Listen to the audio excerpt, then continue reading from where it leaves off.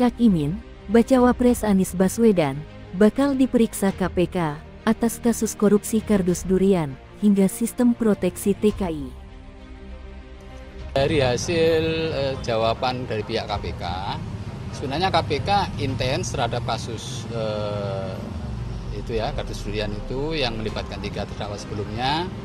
Nah, di dalam dakwaan yang terdahulu itu KPK sudah menyampaikan bahwa ini kaitannya dengan Pak Muhaimin Iskandar. Namun di dalam dakwaan Pak Muhaimin tidak sebagai apa-apa, cuman hanya seolah-olah mengikuti aliran dana ke sana.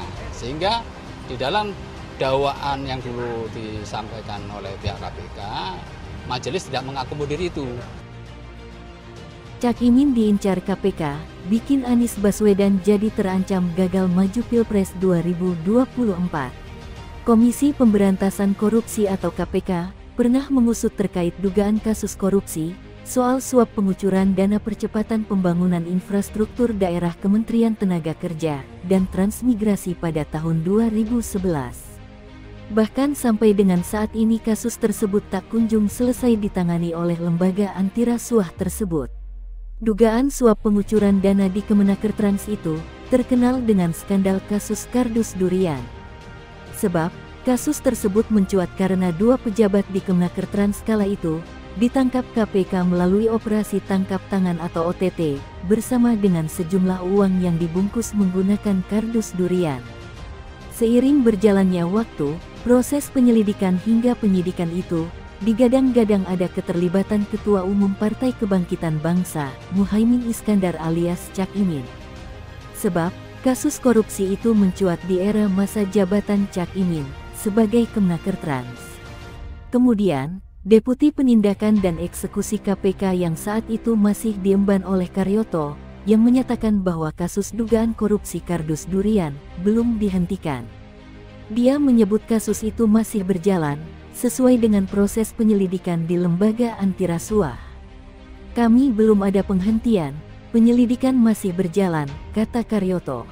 Sementara itu, Wakil Ketua KPK, Johanis Tanak menyebutkan, kasus tersebut pun sudah akan memasuki proses gelar perkara.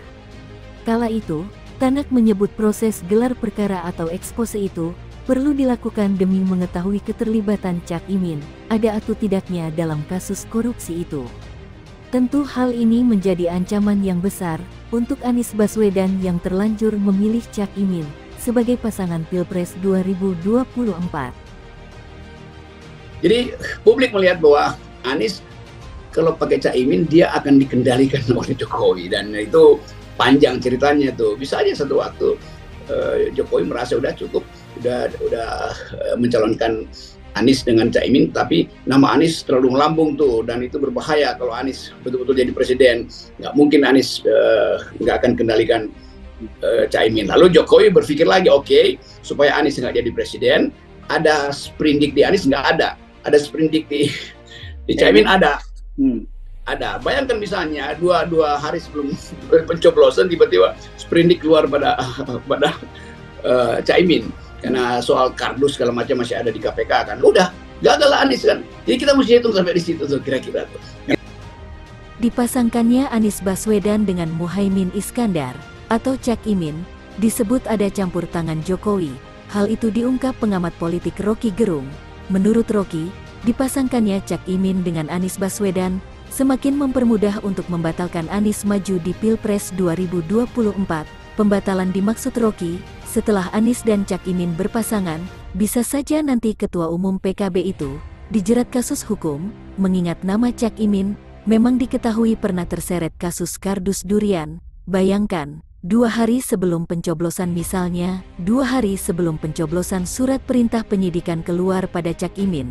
Karena soal kardus segala macam, misalnya kan masih ada di KPK, gagallah Anies kan, terang Rocky. Karenanya, Rocky berkesimpulan Anies kini ditawan oleh Presiden Jokowi dengan cara menggunakan Cak Imin. Itu soalnya di situ tuh. Jadi kita mau lihat sebetulnya juga ini ujian pada Anies tuh.